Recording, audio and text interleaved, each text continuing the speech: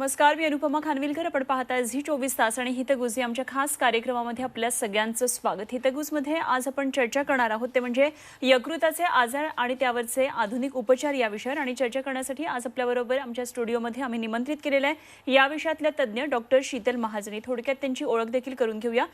नमस्कार मॅम, स्वागत आधी तुमचं. नमस्कार. आणि थोडक्यात ओळख करून देते डॉक्टर शीतल महाजनी यांचे. डॉक्टर शीतल महाजनी या MD DNB आहेत आणि DNB गॅस्ट्रोएंटरोलॉजी तसंच liver transplantation medicine King's college London UK इथनं त्यांनी केलेलं आहे. आणि सध्या डॉक्टर शीतल महाजनी या सह्याद्री रुग्णालयामध्ये लिव्हर ट्रान्सप्लांट त्याचप्रमाणे हिपॅटॉलॉजी तसंच गॅस्ट्रोएंटरोलॉजी आणि GI एंडोस्कोपी आणि हिपॅटॉलॉजी इथे डायरेक्टर या पदावर कार्यरत आहेत. तसंच महाराष्ट्रातल्या सर्वात व्यस्त असलेल्या यकृत आणि मल्टी ऑर्गन ट्रान्सप्लांट केंद्र हे आहे. तर डॉक्टर शीतल यांना 20 वर्षांचा एकंदरीतच हिपॅटॉलॉजी आणि लिव्हर ट्रान्सप्लांट औषधातला विस्तृत अनुभव आहे.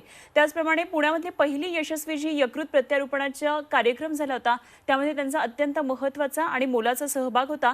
तसंच ZTCCच्या त्या जॉईंट सेक्रेटरी आहेत. आणि आता थोडंसं सह्याद्री हॉस्पिटल विषयी. सह्याद्री हॉस्पिटल संदर्भात जर सांगायचं झालं तर महाराष्ट्रातली हॉस्पिटल्सची ही सर्वात मोठी अशी शृंखला आहे.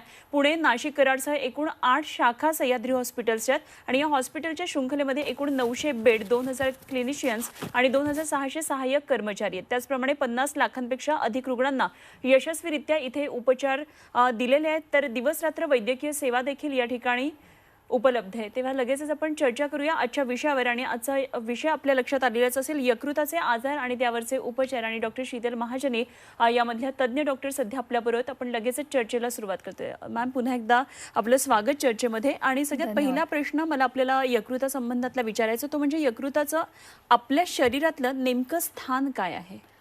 यकृत हा एक सॉलिड ऑर्गन आपल्या शरीरामध्ये उजव्या बाजूच्या बरगड्यांच्या आतल्या खोबणीमध्ये बसलेला असतो. आणि त्याची शरीरामध्ये अत्यंत मोठा असा त्याचा रोल आहे आणि खूप काही कार्य त्यामुळे होतात. अच्छा, पण मग यकृताचे जेव्हा आजार होतात तर ते आजार नेमके कोणकोणते असतात? आता यकृताचे जे आजार आहेत, यकृतालाच दुसरं नाव म्हणजे केमिकल फॅक्टरी असं म्हटलं जातं शरीरातली.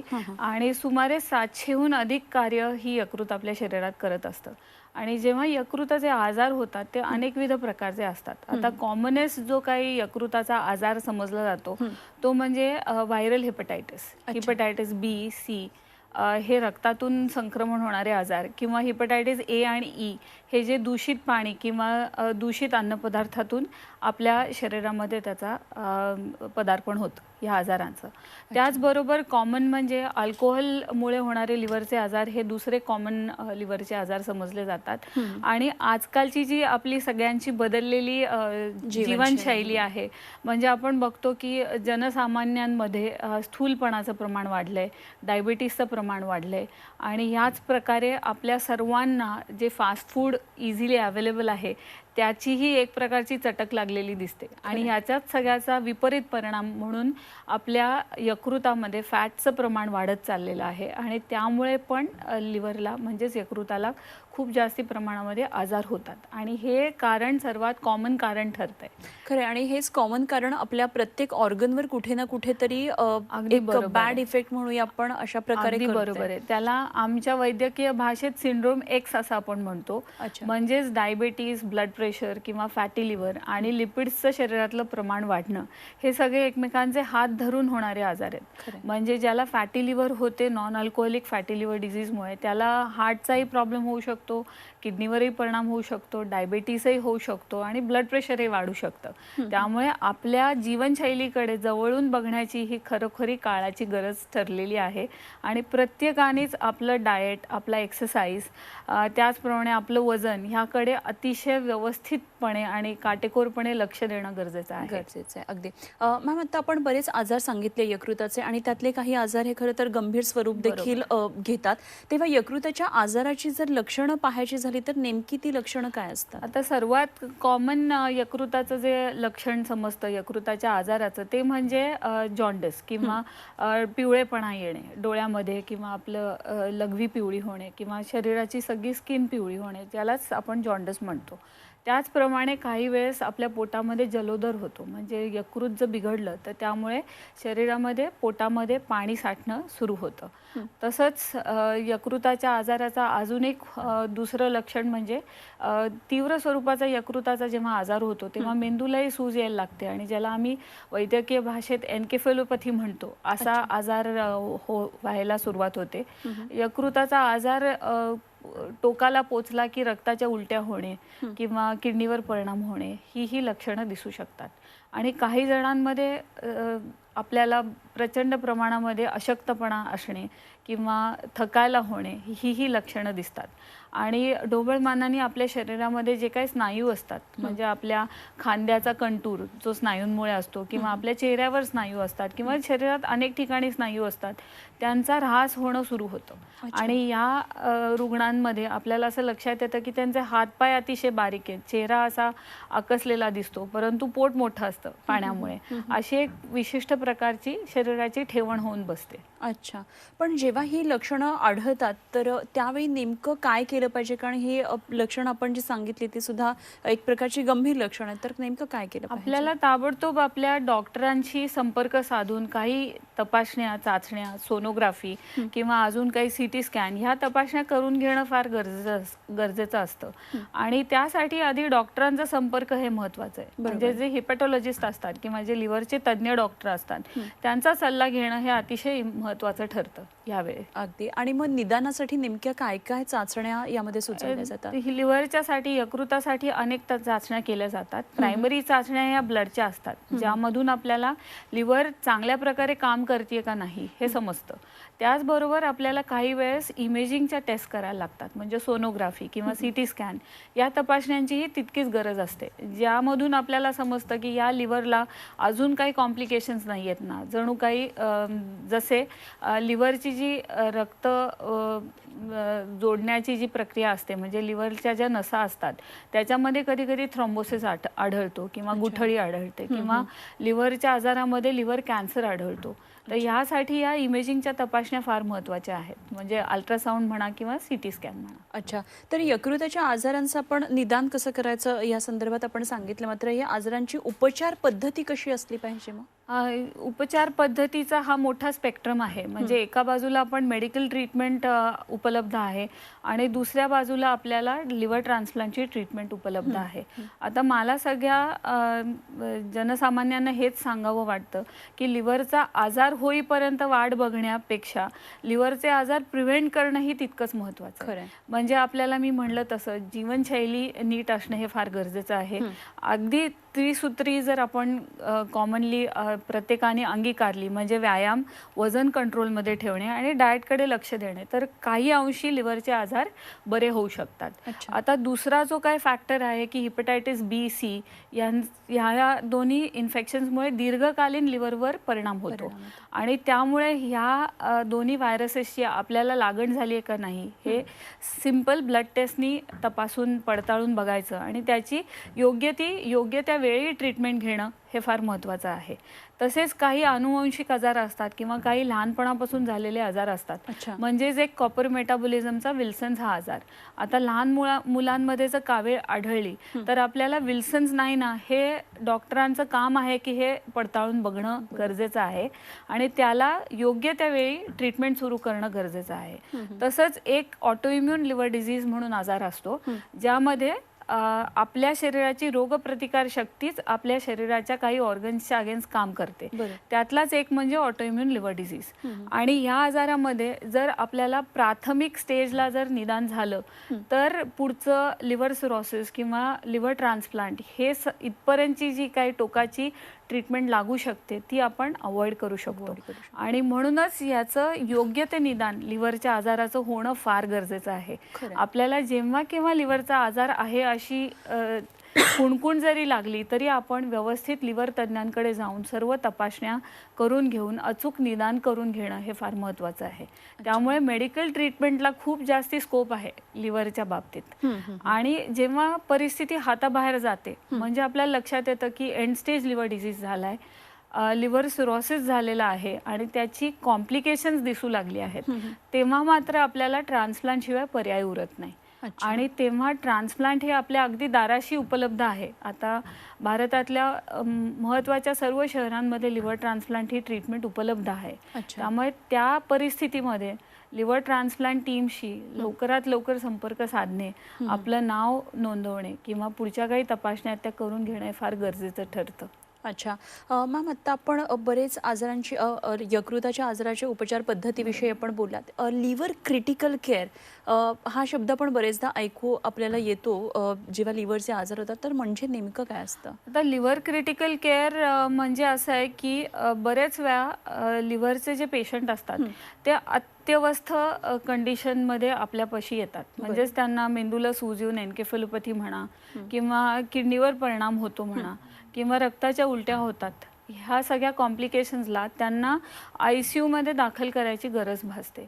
आत्ताच्या काळामध्ये आपल्याला सर्वांना माहिती आहे की ICU हे प्रत्येक हॉस्पिटलमध्ये उपलब्ध आहे.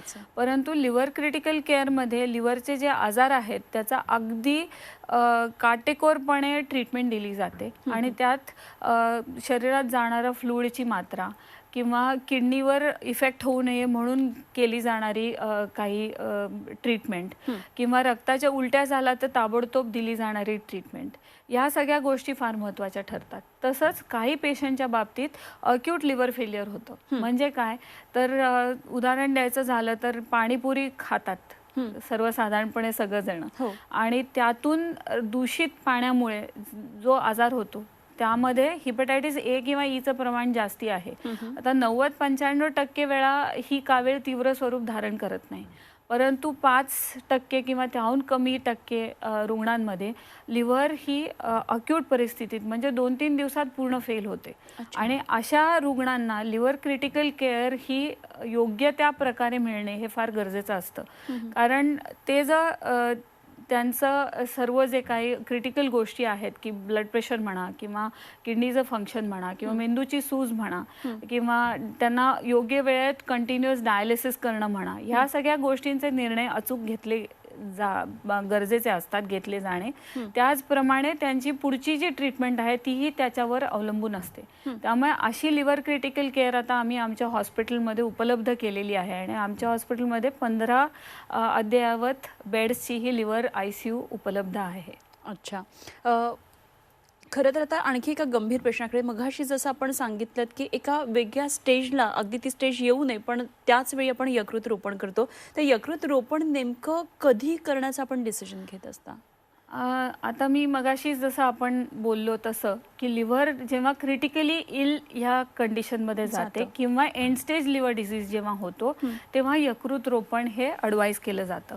आता यकृत रोपण ॲडवाईज करण्यापूर्वी आपण हे बघतो की वरचेवर पेशंटला ॲडमिशन्स लागतात का, हॉस्पिटलमध्ये जायला लागते का, त्यांच्या पोटामध्ये पाणी होतंय का, त्यांना रक्ताची उलटी झाली आहे का, मेंदूवर सूज येऊन एन्केफेलोपॅथी ज्याला म्हणतो तसं झालेलं आहे का, याच्यातलं कुठलंही एक लक्षण दिसायला लागलं तर आपण यकृत रोपण रुग्णाला ॲडवाईज करतो. अच्छा. पण मग ह्याच्याबाबत यकृत रोपणासाठी काही फिटनेसची आवश्यकता किंवा त्याबाबत काही तपासण्या होतात का? अर्थातच. आता अनेक वेळा आम्हाला रुग्णाचे नातेवाईक विचारतात की आमचा पेशंट इतक्या तीव्र प्रकारच्या आजाराला तोंड देत आहे, तर ह्या परिस्थितीत ते फिट राहणार आहेत का ट्रान्सप्लांटच्या सर्जरीला? कारण ट्रान्सप्लांटची सर्जरी ही मोठी सर्जरी असते. तर त्यात आपल्याला हेच बघायचं असतं की लिव्हर खराब झालेली असणारच आहे, म्हणूनच यकृत रोपण आपण करणार आहोत. परंतु त्याबरोबर बाकीचे जे शरीरातले महत्त्वाचे ऑर्गन्स आहेत, म्हणजे हार्ट म्हणा किंवा लंग्स म्हणा किंवा किडनी म्हणा, याचा फिटनेस व्यवस्थित आहे ना हे बघण्याच्या तपासण्या म्हणजे लिव्हर ट्रान्सप्लांटची असेसमेंट किंवा त्याचा फिटनेस बघणे. आणि ह्या सगळ्या तपासण्या, अनेक प्रकारच्या तपासण्या करून आपण हा फिटनेस आहे का नाही ते बघत असतो. परंतु तो पेशंट काही तुमच्या आमच्यासारखा चालणारा, हिंडणारा, फिरणारा जरी असला तरी तो थकलेला, असा आजारी असा लुक असलेला पेशंट असतो. त्यामुळे फिटनेस हा इंटरनल ऑर्गनचा आपण बघतो. म्हणजे अशी नक्कीच आपली अपेक्षा नाही की जर त्यांनी 2 मजले चढून वर यावं पेशंटनी, तसा फिटनेस नाही येतो. इंटरनल ऑर्गन या मोठ्या सर्जरीला तोंड देऊ शकणार आहेत का नाही हा बघण्याचा फिटनेस आहे.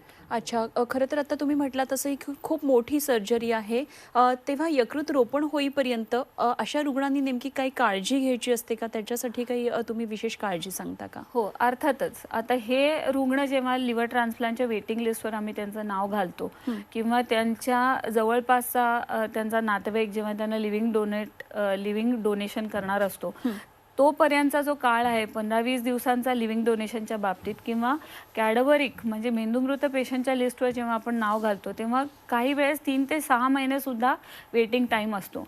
आणि ही खरी म्हणजे कसरत असते. आपण लिव्हर ट्रान्सप्लांटचा निर्णय घेतलेला असतो, आपण लिव्हर ट्रान्सप्लांटच्या वेटिंग लिस्टवर नाव नोंदवलेलं असतं, परंतु जे लिव्हरमुळे होणारी जी कॉम्प्लिकेशन्स आहेत की पोटात पाणी होणे म्हणा किंवा मेंदूवर सूज येणे म्हणा किंवा रक्ताची उलटी होऊ नये म्हणून घ्यायची काळजी, या सगळ्या काळज्या अतिशय व्यवस्थितपणे डॉक्टरांच्या सल्ल्याने काटेकोरपणे घेणं गरजेचं आहे. या ठिकाणी मला एक गोष्ट महत्त्वाची सांगावी वाटते की आपल्या समाजामध्ये अनेक गोष्टीच्या अंधश्रद्धा आपण लिव्हरच्या बाबतीत बाळगतो. म्हणजे लिव्हरचा आजार झाला तर पिवळ्या वस्तू खाऊ नका, तेलकट खाऊ नका, असं करून त्या पेशंटला आम्ही कित्येक वेळा बघतो की फक्त दूध आणि भात किंवा अगदी बेसिक अन्नावर ठेवलेलं असतं. तर ही एक गोष्ट सर्व समाज किंवा त्या रुग्णाचे नातेवाईक जरूर घेऊ शकतात की त्यांचं डाएट जेवढं नॉर्मल असेल तेवढं ठेवणं गरजेचं आहे.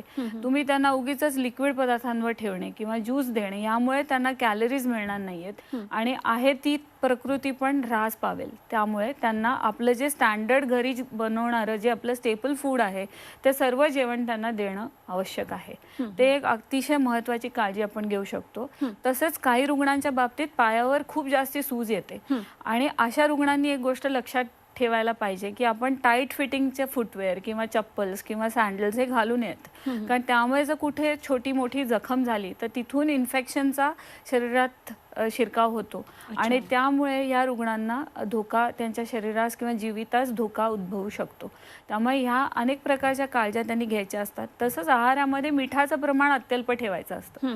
म्हणजे जे कुकिंगला आपण सॉल्ट वापरतो ते त्यांना आपण अलाउड करतो, परंतु वरून घालायचं मीठ त्यांनी कमी प्रमाणात घेतलं पाहिजे, नाहीतर पोटातलं पाणी वाढण्यास मदत होते.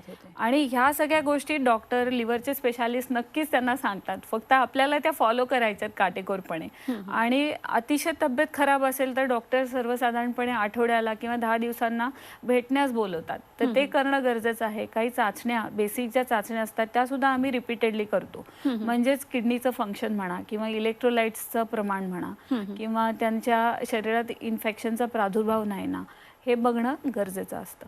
अच्छा. आणि यकृत रोपण झाल्यानंतर जे रुग्णाचं आयुष्य ते नॉर्मल असतं की आणखी काही काळजी घ्यावी लागते? आता यकृत रोपण हे खरं म्हणजे एक सायन्समध्ये घडलेला चमत्कारच मी म्हणेन या क्षणी. कारण जो पेशंटला आपण फिटनेस, हा पेशंट फिट आहे का नाही असा जो विचार करत असतो ट्रान्सप्लांटच्या अगोदर, एकदा ट्रान्सप्लांट झालं की नव्याने मिळालेलं लिव्हरचं फंक्शन त्या रुग्णाचं पूर्ण आयुष्य बदलून टाकतं. ते अगदी तुमच्या आमच्यासारखे नॉर्मल दिसायला लागतात. त्यांना सर्व त्यांच्या शरीराच्या ज्या काही त्यांच्या कडूनच्या ज्या अपेक्षा आहेत त्या पार पाडता येतात. म्हणजे मी इथे सांगू इच्छिते की काही आमचे पेशंट्स जे आहेत त्यांनी 1 वर्ष झाल्यानंतर अर्धी मॅरेथॉनही पळालेले आहेत. ते म्हणजे 21 किलोमीटर पळणे हे काही सोपं नाही, परंतु ते सुद्धा या रुग्णांनी केलेलं आहे. काहींनी सायकलिंग एक्सपिडिशन्समध्ये भाग घेतलेला आहे. काही आमचे रुग्ण पोलीस आहेत की जे पोलीस खात्यात भरती होऊन त्यांचं काम करतात. काही डॉक्टर आहेत ते त्यांचे पेशंट बघू शकतात.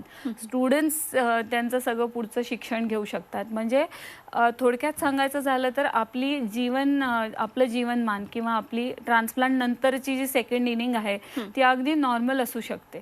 फक्त आपल्याला काही गोष्टींचा फॉलोअप रेग्युलरली ठेवणं गरजेचं आहे. डॉक्टरांनी जी इम्युनोसप्रेशनची औषधे दिलेली असतात ती मात्र रेग्युलरली काटेकोरपणे घेणं गरजेचं आहे.